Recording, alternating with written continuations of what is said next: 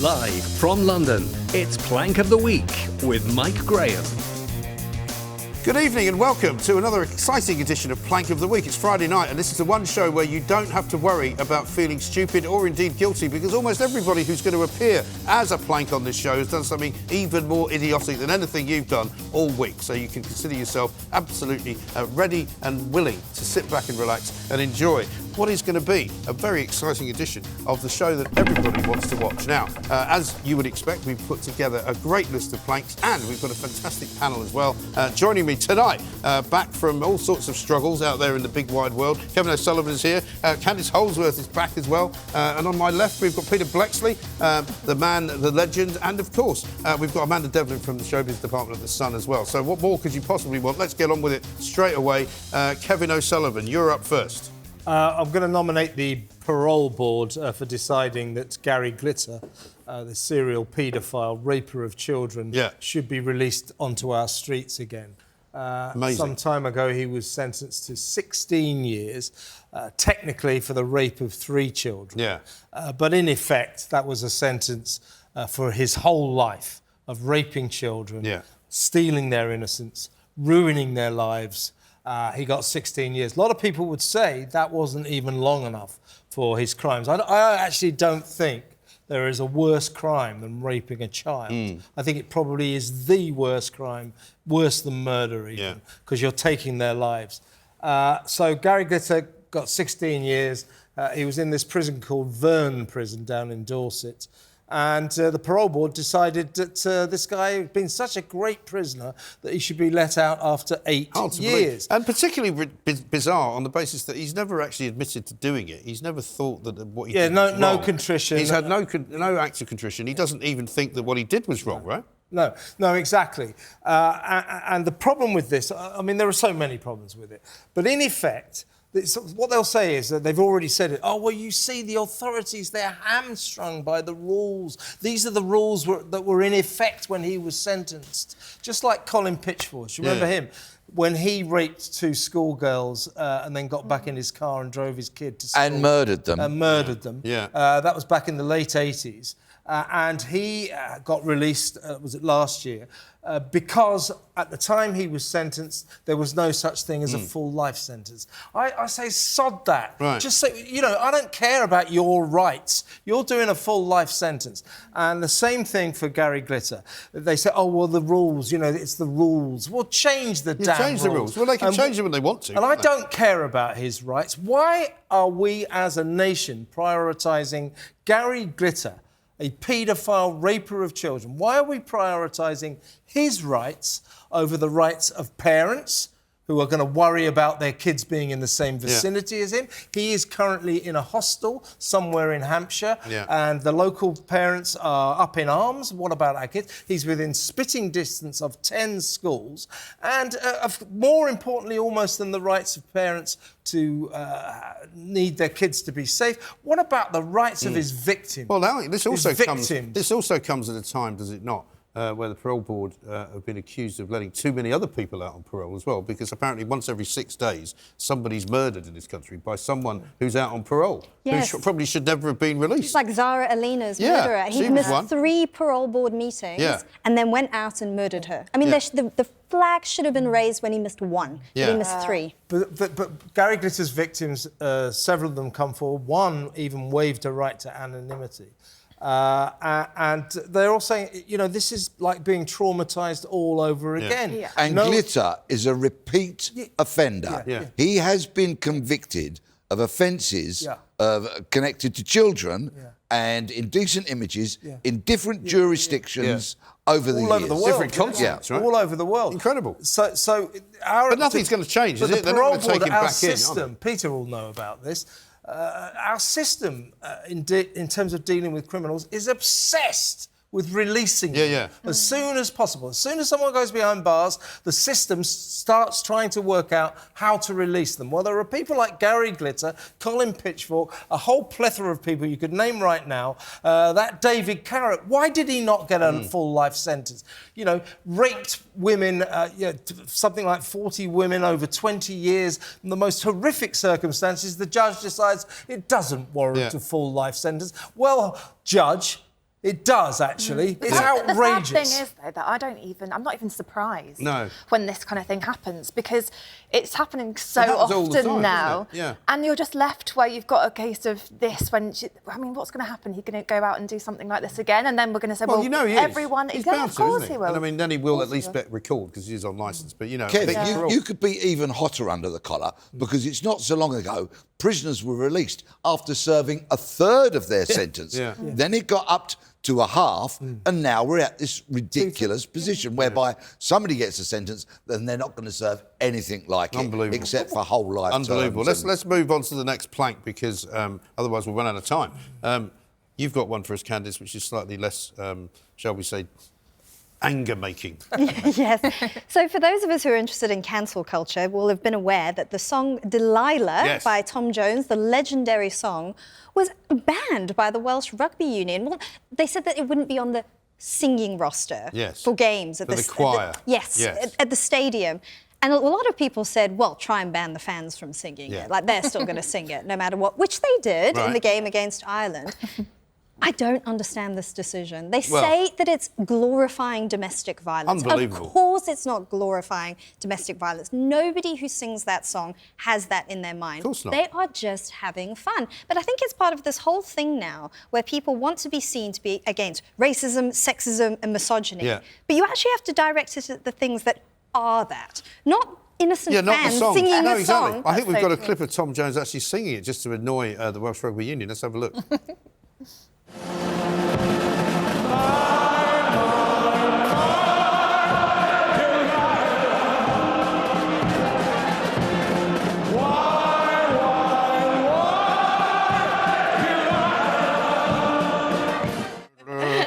Let me continue, because there's a redemption line that comes after that. He goes, so before they come to break down the door, so he's accepting that law enforcement are going to come and nick him. He's not going on the run. He says, forgive me, Delilah. He says, forgive me, Delilah. He has a redemption moment in it, which makes it all the more ridiculous they banned it. Well, I mean, as people pointed out, it's bad news for Bohemian Rhapsody, isn't it? Where in that line where he says, Mama, I killed a man. You know. But what about that bang, bang, he shot me down, my baby shot me down, and so on and so forth. We wouldn't have any songs left, I don't think the Welsh like that one. The difficulty with this banning of Delilah is what effectively they're saying. Some stupid cop down in There was Wales, a stupid cop down there, The chief constable of that region of South Wales, he said, time to stop singing this song. It glorifies violence. Well, you know, I'm sorry, but you cannot police the subjects of pop songs. You know, if people want to make a song about glorifying domestic violence, then I'm afraid in a free country you should have a right to do it. That chief constable, if you go to his Twitter profile, right, the first word is doctor, I bet he couldn't sort out my verruca. No, I bet he couldn't. No, he's not that sort of doctor. But I mean, this is the other thing. The French national anthem apparently has got all sorts of bloodthirsty lines in it, which I don't know because they're obviously in French. But apparently it's all about, you know, slashing people with swords and all sorts of stuff. I think I've been singing it wrong the whole time, though. I didn't realise that that's what it was about, so I've been really giving it welly. And it's a great song. It's a great song. But as I say, you know, if I want to write a song that glorifies domestic violence, and if I want to sing it, then it's not very nice, but I should be allowed to do it. I don't need a law to stop me writing a pop song because the topic prescribed is banned. It's illegal. This is pathetic. Get out of our lives. We'll sing the songs we want and we'll write the songs about the topics we want. But I mean, and Dr. Lewis, you could do one. Ironically, of course, they said that the reason for this happening at this particular time was because there had been some, you know, sexist-style scandals inside the Welsh Rugby Union, which might be a bit more important than whether that's somebody singing a song about something, you know, because apparently people were being very derogatory about women playing rugby and all this kind of stuff, and people saying that they've been sexually harassed and all the rest of it. But, I mean, there is an actual fact that I can throw at you, because I spent a lot of time working in Wales with their Welsh Rugby Union people, and every time Wales lose at rugby, there is an increase in the number of cases of domestic violence because the husbands and the boyfriends go out and get absolutely tanked up, and they come home in a bad mood and everybody gets in a fight. But, I mean, the only slaughter that happened on the weekend was Wales getting absolutely humped and killed by the Irish. Yeah. So, I mean, I put out a tweet saying maybe they should spend more time practising the game they need to instead of banning the actual song, you know? Yeah, I remember when Wales used to be good at rugby. They did used to be good at rugby. Wrong? Well, they've got all woke, haven't they? Yeah. My, what's gone wrong with that? Yeah. Why did they lose? Have they cancelled that song? But there we are. Let's move on. Peter Bleksley, you've got the next one. Dearly beloved, let us pray. Yeah, careful. Who are you praying to exactly? Our parent, who art in heaven. Yes. This is the Church of England, right? They are considering changing God from being a he. Right. So quite what they'll come up with, I don't know. But they've got it all wrong, because if they'd started with Jesus Christ first, all they had to do was lose the T, and you've got Jesus Chris, which covers both genders, Christine or Christopher. Although he is the Son of God, though, isn't he? Well, if he chooses to identify as the Son. I mean, truly is the Son. What about, where does this leave the Holy Ghost, by the way? Because I was brought up as a Catholic, so there's a Trinity as far as I know. So you've got God the Father, God the Son, and God the Holy Ghost. I don't know what the Holy Ghost is now. Where's it going to end? Definitely gender fluid. Gender fluid? Yeah, definitely. Yeah. It is mad, isn't it? And I would imagine that there are many people whose faith is really important to them, that runs very, very deep, and they would find this ludicrous. And does Justin Welby, the Archbishop of Canterbury, have any interest in his congregations at all? No. Because virtually everything he says and does appalls them. Yeah. That's why the average congregation of a Church of England church on a Sunday morning is about 3. Yeah. Fewer than 500,000 people go to a Church of England church And in for a the country. first time ever, in the most recent census, for the first time ever, the UK is not a majority Christian country. 48% of people identified as being Christian. And most of them don't go to church anyway. And by the way, this is the guy that wants to yank out statues from the Canterbury Cathedral that may be connected to slavery. He wants to literally vandalise gravestones because they are to people who were connected with slavery. To take out their gravestones. What on earth does he think he's playing at? Man of God, he's a disaster. I know, I'm pretty sure that he once said he wasn't even sure if God existed. Yeah, I think he did. I think he has actually said that. I mean, he's supposed to be the Archbishop. Surely that's the one thing you should be quite sure on. Yes, exactly. I would have thought that, that's kind of a prerequisite for the job. Do you believe in God? No, not really. Would you like to be Archbishop? He's not all he's cracked up to be. He really isn't. Unbelievable. And also, it's the Lord's Prayer, right? So you'd have to rename that, because the context of this is that they wanted to rename and change the language of the Bible. I'm not sure you can even do that. I mean, the apostles were all blokes, right? Presumably. I don't know whether they want to change that and have them identifying as something other than men. So they're just going to remove the pronouns? Or? Well, I don't know. And it's not very clear. But if you're trying to rewrite Our Father, the Lord's Prayer, Our Father who art in heaven and all that. Who's offended by it? Well, this is a very good question. I don't think anyone's offended by it. Who's asking for this? Nobody. And if you reword Matthew, Mark, Luke and John went to bed with their trousers on and swap that for skirt, it don't rhyme. No, it doesn't. That's a very good point. That's the bed that I lie on. Quite frightening, that, isn't it? That, I mean, I used to have that incantation as a child, and I used to be terrified because it says, if I die before I wake, I pray to God my soul to take. Yeah. I mean, all this woke you don't really want to think about dying when you're about 7, do you? It's all preemptive, isn't it? So in case somebody's people like Welby saying, "Oh, let's make sure that God's gender non-specific from now on because it's offended people." Who is it offended? Yeah. No. They're just making up these problems and imposing this woeful wokery on people who don't want it. And Welby is literally slowly destroying the Church like of England. A lot of people. Well done, Justin. And Sadiq well Khan, done. Sadiq Khan goes in the same category. They're looking at things which do not belong to them, i.e. Christianity in Welby's case, and in Sadiq Khan's case, London, changing it because they think it should be changed. It's not theirs to change. These things have been there for hundreds of years, thousands of years, in the case of God, probably. Yeah. And I mean, you can't just say, right, now it's not a he anymore, it's a they, and like Sam Smith. That language is so ugly as well, the gender-neutral language. Yeah. Starting to use they. I mean, it would be so confusing. And some of the language from the Bible is quite beautiful. Yeah. So it'll be quite a desecration, actually, if they start introducing that. Well, calling singular entities like Sam Smith, they and them is ungrammatical. These are plurals. And you can't call a singular entity a plural noun. You can't do it. No. I think it's really it's hurting people who are, just doing their best. They don't want to offend anyone. And I would say I'm like that. I'm scared to offend someone, so I'm... Are you? I do it comes to the wrong show. I'm scared to cause too much controversy. Should be this morning, bro. I'm waiting for the call. So I think that it's hard to... if you're saying they... and you 1 second say he, you get it wrong, and you're going to get all this abuse. It's just not fair, is it? It makes you then, you are limiting your own free speech because you're scared to be cancelled. Yeah. Well, Kevin's right, though, because most of this kind of regradification of language makes it less accurate. The whole point of words is that they mean something. If you start changing the meaning of the words, they mean nothing. Candice is dead right. It's so ugly. And to go back to Sam Smith, he has the right to say, call me they and them. That's his prerogative. You can if you want. But I have the right to say, no, I'll tell you what, I'll call you him. And, and he. Or whatever. And you also have the right to swerve him if ever he comes in a room. Oh, no, that's a given. Yeah, but that's a different Sorry, situation. they come in a room. Yeah. How many of them is there? How many of them is there? I don't know. Cancelled. I mean, you can't... in no other world that I've ever lived in can you demand to be referred to in a particular way. I could say to you, you must call me... you got to call me sir. And you could go, well, you could get stuffed. Yeah. Why would I? It's ridiculous, isn't it? My view is I'll try to keep Sam Smith happy. I'll try to do a they and them. But as Peter just... that's what he wants. I don't want to upset him particularly, but as Peter just proved, it's really difficult to stick to. You keep slipping and saying, oh, hello. Of course you do, because it sounds ridiculous. So he hasn't got the right to tell us what to call him.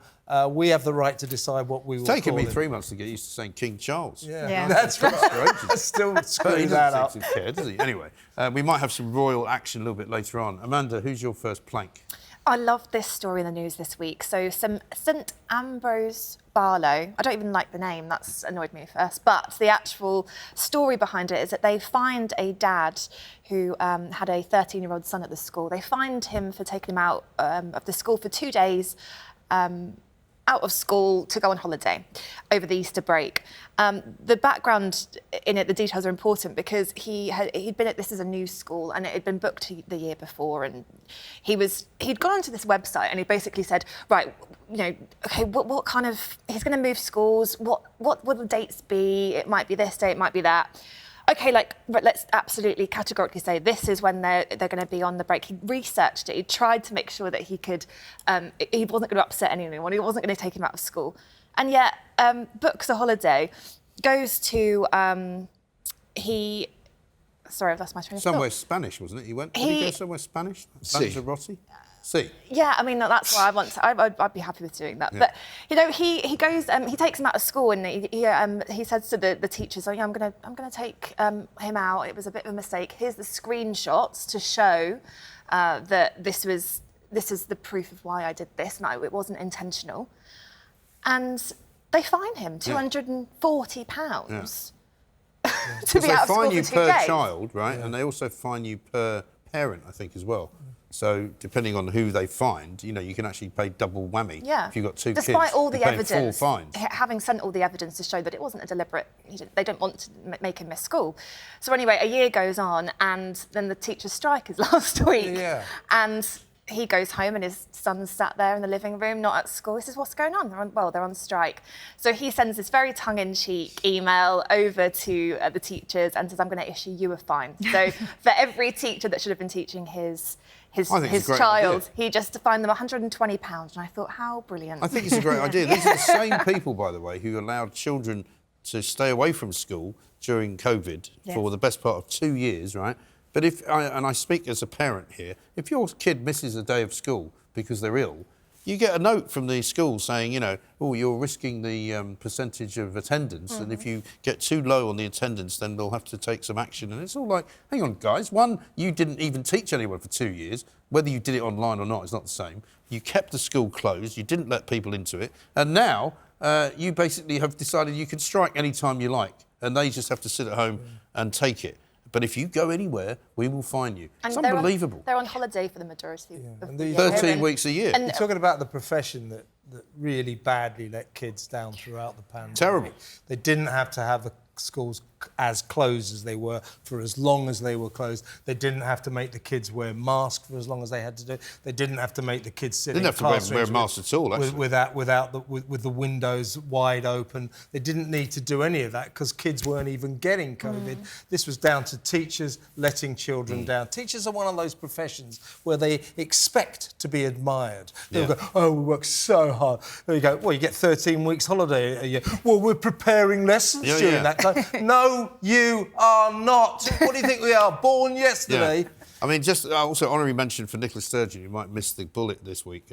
Basically, she, if you remember, decided to tell schools to cut the bottoms off all the doors in order to increase the ventilation in the room. So in Scotland, if you went to school, you had a door that had a sort of gap at the bottom like that, so that there'd be plenty of air circulating. I mean, unbelievable. It's a classic case of do as I say, not as I do. Yeah, and I think it's standard. hypocritical, and I think kids should point that out. I think they should, absolutely right. Now, coming up in the next section, we're going to be talking about the Prime Minister of this country. Don't worry, there hasn't been a new one, as far as I know. Hopefully the same one that was yesterday. And also, something flying in the air from China. It's all coming up next on Plank of the Week.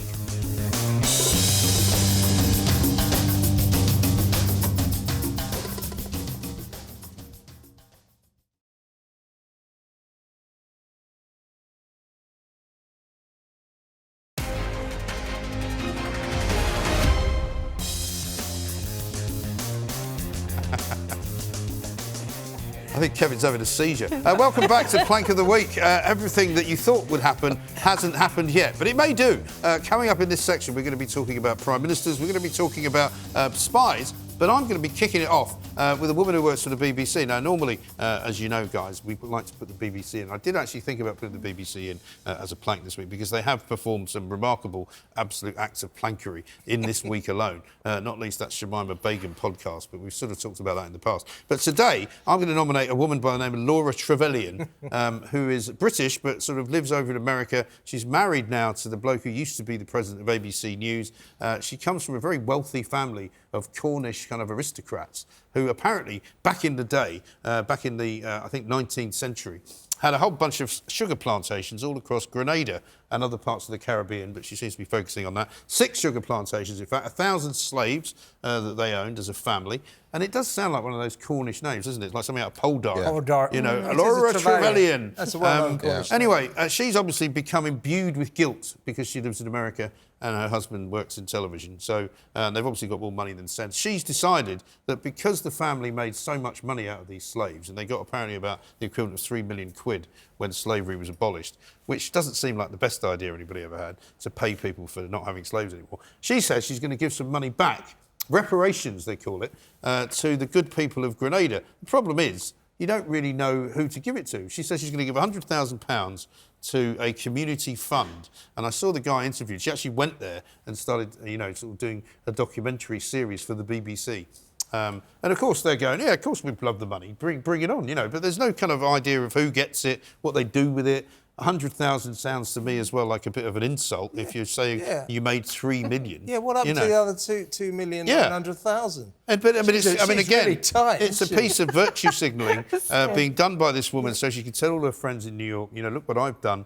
I've given away some money to those poor. I think it's actually quite a racist thing to do because you're going, oh yeah, well we took advantage of you, but here's a few quid to keep you quiet, you know, to sort of assuage my guilt. To assuage her guilt. And you can do whatever you want with it, you know. Yeah. Just smacks of privilege, doesn't it? Yeah. I mean, there you are, poor people. Yeah. There you go. That's what I've decreed you can have. Yes. But you can't have anything else. You can't come after me for my nice car or my nice house on Martha's Vineyard or anything like that. My family are aristocrats. We've had millions of pounds for many years. And for a hobby, I'm a BBC correspondent. Yes. Like so many other aristocrats, I managed to get a job at the state broadcaster. Yes, isn't that funny? And I won't do it quietly. Yeah. I'll spout my mouth off and get a packet load of publicity. But the bad news for Laura Trevelyan is that this actually backfired slightly because apparently it turns out that her family were not only exploiting slaves in the Caribbean. They were exploiting my people. They were exploiting your people in Ireland. Yeah, you know, during the famine, right? There's some bloke who was, I think, her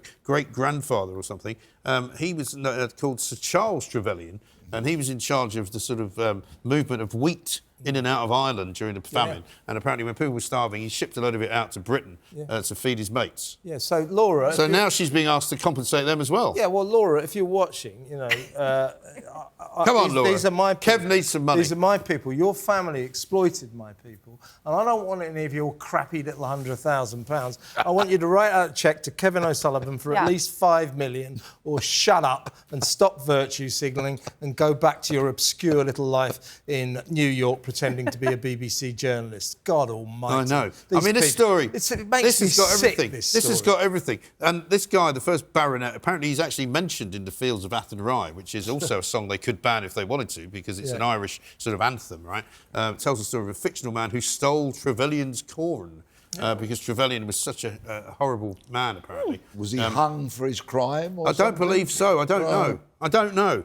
But, I mean, the whole thing just smacks, as you all say, of this kind of ridiculously wealthy privilege that these people think they're doing something good for. Want to be praised as well. She's handing over £100,000, safe in the knowledge that I bet she's got about 50 million stashed away. Oh, yeah. So it's under a complete... the glare of publicity. Yeah, tokenism. It's absolutely pathetic. And what kind of a person sort of lies awake at night going, oh, my God, 300 years ago, my family made some money out of slavery. Oh, I'm tortured. Even if you also, felt grow up. It gets better. If you felt that way, you would go quietly and approach charities, not say a peep about it, That's so not true. try And just and get do it. headlines and airtime. Well, and it all gets of that. worse, right? And My final word on this, because later this month, Laura and 7 of her family members are going to travel to Grenada to make a public apology. First class. Oh, for God's sake. First class. Let's put them in the stocks. They'll probably so be staying in one of those very expensive hotels. Yeah, and they'll be quaffing champagne on the flight over there. No, put them in the stocks and pelt them with vegetables, like rotten vegetables. That would That's do. the way. Hopefully Or they've paid keel you haul. by How then. about keel haul them? They like that cobble, I hope you get your payout by then, so you can take Yeah, a I lot want of a my drink. £5 million quid. Round worth on if you're you. watching. All right, Kevin, it's down to you. Yours next. Well, it's not particularly imaginative to propose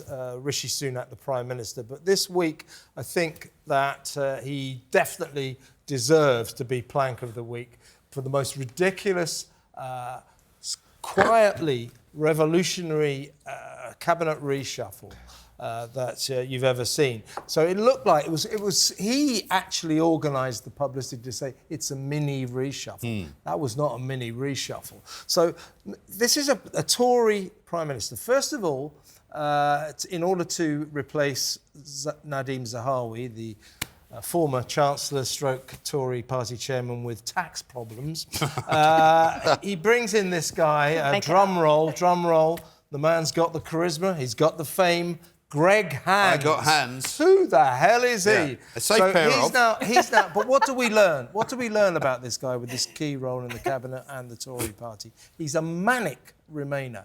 He's absolutely obsessed Remainer. So what is that about? Why has he done that? Now, more importantly, this is a Prime Minister. This is the main reason I'm proposing him for Plank. Tories are supposed to stand for small government. Rishi Sunak makes this government bigger and bigger and bigger every day, to the extent that this week he created a whole new ministry for energy security and net zero. The two contradict one another. Carbon net zero supplies to us or delivers to us the opposite of energy security. It is removing energy security from this country. We will never make carbon net zero. The only way we can make that is if we stop what little industry we've got left and we buy in all of our energy from abroad. So that doesn't make any sense. And to make matters even worse, and this is the real kind of rancid cherry on the rancid cake, who does he put in charge of this disgusting new ministry that no one bloody wants? Grant bloody Shapps. Grant Shapps, that undemocratic imposer of cycle lanes. A man who is left of Karl Marx. What he's doing in the Tory party, I have no idea, but he is not a Democrat. Sure you don't want to make it Grant Shapps, then? Yeah. Oh, you want to make it Green Shapps. Well, the only good thing about the cabinet reshuffle is he didn't give a job to Liz Truss, who also appeared this week giving one of the most bizarre interviews I think I'd ever seen.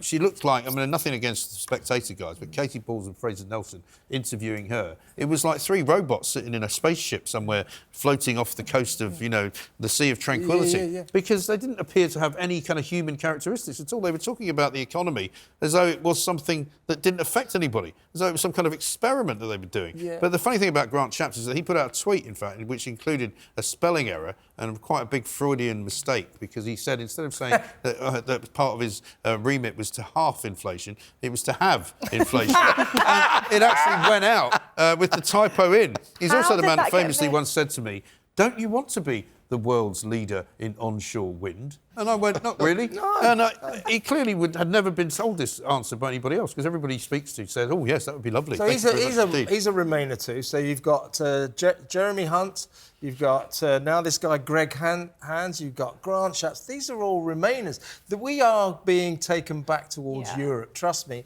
And we, of course, are adhering ourselves to European-style energy policies, the kind of energy policies that have pretty much destroyed Germany. And we're going down that same route. What we have to do is forget about carbon. He's very serious today, Kevin. Forget about he is, isn't he? I mean, can we give him a joke to tell us? Yeah, I could tell you a joke if you want. Yeah, all right, we might come to that. We might come to Candice, you've got something to tell us about international affairs. Yes, it is the story of the Chinese spy balloon. The great story of the week, this. Which, honestly, I don't know whether I wanted to laugh at it or find it really sinister. It was just crazy. Yeah, exactly. Yeah. I mean, something like that was just floating in the skies above Montana. Yeah. Everyone noticed it. Everyone was pointing their phones at it. What is that thing in the sky? In the sky. Eventually, it got shot down. Right. But this, for me, is just indicative of the times we live in. And there it is. Yeah. Listen, no expense has been spared on this. Oh, it's hit me. I think is that not some kind of infraccione? No, I can now destroy it. Yeah. This guy's been following me around. Tim's been following me around all day with this thing. So the plank is basically, we live in these just crazy times where stuff like that happens and our leaders just have the most inadequate responses imaginable. Yeah. Of course, predictably, the Chinese Communist Party are like it was a weather balloon, which nobody believes. And then in America, everyone just starts finger pointing at each other. Right. It's not my fault, it's your fault. There was a balloon under Trump and he didn't do anything about it. And Biden barely mentioned it. I remember the balloon of Trump that they put up when he was here. Do you remember The that thing that was actually 6 feet in the air. 6 feet in the air. Did you see Joe Biden when he thanked our aviators for shooting it down? Right, a 6-year-old with a Nerf gun could have taken Top it Gun, out. is it? Yeah. It's not exactly, you know, I burst that balloon real quick. Apparently, loads of people, though, in America were just like, oh, I want to shoot it down, I want to shoot it down. Like, what is that thing doing there? I'm amazed that somebody didn't just shoot it down. I mean, it is America. Also, Montana. Practically everyone in Montana and all their kids have got guns, you know, because it's one of those states. It's cowboy land. Yeah, it's cowboy country. Everybody's got a gun. The thing I found amazing was that so many people went, yeah, well, of course people put those up. There's loads of those all over the place. They do, though. Yeah, I know, but I disagreed with you on that point. I don't want to get into another argument. You disagree that countries don't spy on each other? Well, my point was, I I really don't think they spy on each other with balloons. They spy on each other do, with very high-tech equipment. Well, we've already had this argument. What was that above Montana? I have no idea what it was. I know, a balloon. But I'm pretty sure that what it wasn't was spying on anything important. You know, what it was just something that was sitting there. Chinese balloon above America? Yeah. You don't see any implications? Well, where do you think it came from? China. Oh, what, you think they sailed it across from China? Yeah. Oh, right. When you go up there that high, yeah. So they piloted it. There's loads of them up there. You see, America will have a load of balloons up above China Well, why did we never fly into them when we're in planes then? Because they're much higher than where aeroplanes. Really? But it puts a whole new slant on saying I'm popping out for a Chinese, doesn't it? It does really, yeah. That's a very good point to make. But I mean, the point is this: if there are so many of these things, what exactly are we bothering with having any kind of protection? Well, we're not really. If they can find out anything they want just by putting a balloon above us, then what's the point of having any kind of military defence of any kind? And why didn't high-tech American satellites pick it up before it got there? If it was actually launched from China, you know, it's travelled a very long way and gone over a lot of countries, members of NATO and all of that. Xi Jinping said that America overreacted. Yeah, the whole thing is weird. What do you think the truth is? I don't know. This is the thing. These things happen. That's why I just think that now we just don't trust our leaders to deal with these things properly or to give us a straight story. These bizarre things happen and everyone just starts pointing fingers at each other and denying. And that's what we've gotten used to now. That's the new normal. Luckily, America's in safe hands. Joe Biden. Joe Biden's got... Yeah, I'm going to try and pop this balloon, I think. Yeah, go on. Do a Joe. Do a Joe.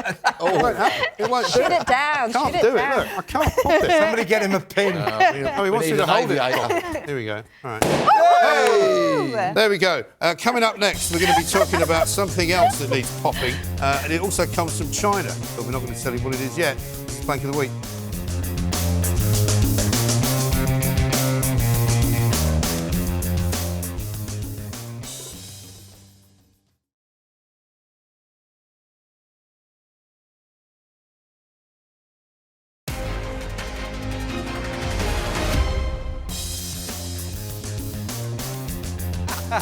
Yeah, I just burst another balloon, that's why they're all laughing. Now, coming up, we're going to be looking into the possibility that Prince Harry's name may return to the Plank of the Week list. It hasn't been on for a couple of weeks, incredibly, but it may be time to bring it back. However, Peter Bleksley is here with the next nomination. Peter, what do you got? Yes, Commissioner of the Metropolitan Police, Sir Mark Rowley. Of course. This week, of course, that revolting monster, David Carrick, received 36 life sentences with a minimum term of 30 years. And the Commissioner of the Police, Mr Rowley, given a press conference afterwards, said that it was upsetting to be talking about David Carrick's crime. Yeah. Upsetting. Now, I actually find that choice of word rather offensive, because if, like me, you listen to the judge's sentencing speech, which laid out the revolting, despicable, brutal behaviour of that monster. If you're going to be upset, it's the victims who should be. You're kind of in the wrong job, aren't you, as well? You are, but this sums up this whole senior police kind of inability to use language which, number one, is appropriate, number two, chimes with the public, number three, is easily understood, and actually kind of engenders some sort of trust in the police. Because public trust in the police is only going to be regained not only when they've kicked out all their criminals, and by crikey, they've got enough of their own. They certainly have. But and yet they still haven't kicked anybody out. I mean, ever since we've known about Wayne Couzens and now this guy, you know, they've done nothing. They haven't kicked anyone out. Exactly. So where are the lazy, the useless, the look the other wayers, the naysayers, those who acquiesce? Where are they all? Because there must be a lot of them. Look at the chances there were to get hold of Carrick before he finally got nicked. Absolutely. No accountability. And that's why people will not trust the organisation per se, and they're not going to trust that cop that comes to their aid, which is a shame. It really is a shame. They keep saying that they're going to change the way that it's all run, they're going to change recruitment, but the only thing that I can see that they did in the past week or so was to put out the offer to people who had been kicked out of the police to ask them if they'd like to come back. For misconduct, mind you. And they went to 2,000 men and women who had been kicked out of the police for misconduct and said, do you fancy coming back? And surprisingly, quite a lot of them didn't actually qualify because of the misconduct. It's lunacy. What's going on? What about how about a national competition? We could have it every day, really. You know, police apology of the day, which is the best one. And we just say, we're so sorry, we're really sorry. Our thoughts and condolences go to the victims. Just shut up and do something. You know, Smart Rowley, right? You'll know this, Peter. I mean, he was there throughout, I would imagine, Wayne Couzens' tenure. He's been there throughout David Carrick's tenure. What's happening now in terms of police recruitment? They still recruit people without even seeing them. They don't know who they are. That's the problem here. He had 5 years out of policing and came back last September, right? He had a 5-year sojourn from policing before that, where he was doing other stuff. But in all those years beforehand, because he was Chief Constable of Surrey before that, OK? He is part of that cohort of senior police officers that stretches the length and breadth of the country who all need to shoulder the responsibility for policing becoming the, I'll choose my language carefully, but being the underperforming, disgraceful and less than efficient service that it should be for the public and for the good cops. Get rid of Mark Rowley, change the name of the Met, and then change the Met Police from bottom to top. It's not fit for purpose, it's irreparable, it's an absolute mess. We know there are 800 Met officers awaiting potential charges, being investigated for either domestic violence or sex abuse crimes. Extraordinary. Mark Rowley only recently said, oh, well, you can expect at least 2 cops to be in the dock every week for the foreseeable future. Yeah, and on the day that Monster Carrick got sentenced, another Met police officer was charged with 3 counts of rape. Yeah. What is going on in that organisation? Rowley's part of the problem, right? You'd think that, to be in the police, you would probably be best not being a criminal. You'd think that would be straightforward. Yeah. And if somebody does commit a crime, you'd just be kicked out. Yeah. You wouldn't have an Used investigation. to be, right, Pete? You wouldn't have, exactly. 55 investigators crawling all over the emails. You just go, sorry, you've been charged with a crime, you're out. Yeah, done. so not only get rid of the ones that have got into policing recently, the ones with convictions for indecent exposure, domestic violence and all that kind of stuff. Drugs, they're in the police, but the people that have allowed the systems to become so ineffective, so poor, so ridiculous, why aren't they getting rid of all those clowns? Yeah, And you absolutely say, Mike, right. about being charged with. I mean, there are... These days, there are lots of coppers who are convicted criminals. You're allowed to stay in the police when you've broken the law and been punished. It's unbelievable. Mind you, what's next? Maybe the fire service will start employing arsonists and go, listen, how good are you at setting a fire? Because if you're really good at it, you can come and put them out. Amanda, you've got the next one. Yes, at TikTok. TikTok. So, are you guys all on TikTok? I'm on TikTok, believe it or not. Occasionally. I don't know anything about it, though. Well, basically, we're being spied on through TikTok. This is so what I mean. It's not Why just the balloons? What do you need a balloon for? Not just the balloons, it's also the app TikTok. There's the company that owns it. It's based in Beijing and with links to the Chinese government. Links to? And it's like links to organised crime, isn't it? Where you go, oh, yeah. Yeah. When you've got a stocking over your head and it's all nothing around. And it came out that they had been using the data that was there that had it was linked links to the link. I'm just trying to be careful. The link to the app. Sorry, I don't know if I'm losing my. Are you living in? Have you been got at by the Chinese Foreign Affairs Department? I feel like I've turned into a robot. Hang on, let me start again. So basically, they are spying on us by using the data, and they had the data that had been used to track journalists. So they had, they basically knew where they were going, the location, and they could then find out where their sources. Right. So that was what was so scary about it. Oh, so they're using the app to figure out where you are. But can't you switch that off, though, your location device? Apparently this is what they're able to do it anyway, if you've switched it off. And they are very insistent, they keep asking you, do you want to share your location? And also they have all your other details that you get with. But I'm always worried about all of these apps, like whether it's Facebook or Instagram or TikTok, because they always seem to put adverts up about things that you've just been talking about. Yeah. Hoovering data. I don't think that TikTok is... It's not unique. I think most apps are looking at us, but this is particularly worrying because of these American journalists who were watched. And I just think if you're going to spy, be better at it. It's not been a great week for the Chinese spying machine. It's been really bad. They've got a balloon shot out of the sky over Montana. Kevin says there's still plenty of them still up there. Yeah. And then, of course, we've got TikTok giving away their secrets that actually, they're tracking you. I so hope they're spying on me. Yeah. What have they thought you're doing? They're going to be so bored, honestly. Can you imagine the TikTok? Hope they're not spying on me. Yeah. The sort of the reams and reams of rows of people just staring into screens, tracking. Yeah. There's Bleksley's lot over there. Look, where's he going? No, he hasn't done the interesting yet. Still hasn't done it. Oh, there's another balloon. My hair's going to just... Burst it, man. See if you can burst it. This is getting even cheaper. I didn't know we had enough money for 2 balloons. Kev's right. They're all over the place. That is high-tech stuff, isn't it? Unbelievable. Anyway, listen, we're down to the final nomination and it's coming up next, and it may well have a connection to Prince Harry. Wait and see. This is Plank of the Week.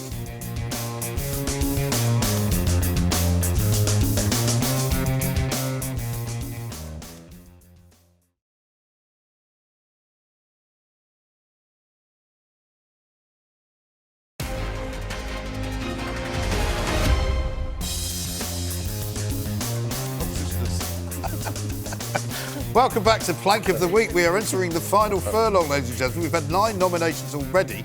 It's now down to the 10th one. And this is also the bit where I tell you exactly who is going to win Plank of the Week, because it's down to me. Absolutely no conferring, absolutely nothing other than the dictatorship here at talkTV. So, the man of the moment, who hasn't been the man of the moment for a while, is Prince Harry.